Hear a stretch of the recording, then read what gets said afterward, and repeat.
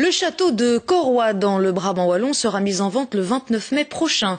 Mais ce n'est pas exceptionnel car de nombreux châteaux de Wallonie sont en vente, des biens qui attirent notamment les riches industriels néerlandais. Sébastien Rosenfeld, Alain Gardy. À vendre, château de Corroy datant du XIIIe siècle, patrimoine majeur de Wallonie. L'annonce peut surprendre, mais elle n'a rien d'un poisson d'avril. Dans 2 semaines, les visites d'acquéreurs triés sur le volet débutent. Mais cette affiche, récemment déchirée, montre toute la passion autour de cette vente publique.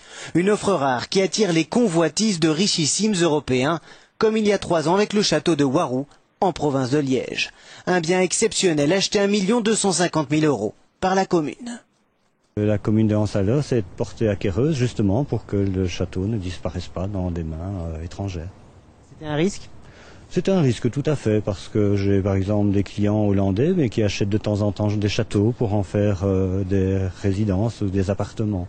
Bernard Eregat est spécialiste de ces biens de prestige. S'il existe près de 30 000 belles demeures en Wallonie, seuls 300 sont considérés comme de véritables châteaux, avec donjons et pont-levis. Les prix varient entre 400 000 et 5 millions d'euros. Les ventes sont des déchirements pour les anciennes familles qui les possèdent depuis des générations. Il y en a qui sont vraiment dégoûtés, je dirais, parce qu'il y a des querelles de famille importantes et donc ils sont prêts à lâcher à tout prix et ils sont contents de s'en débarrasser. Et il y en a d'autres où c'est parfois vraiment de réels drames. Les acheteurs sont régulièrement des Néerlandais très amateurs de châteaux, notamment dans les Ardennes.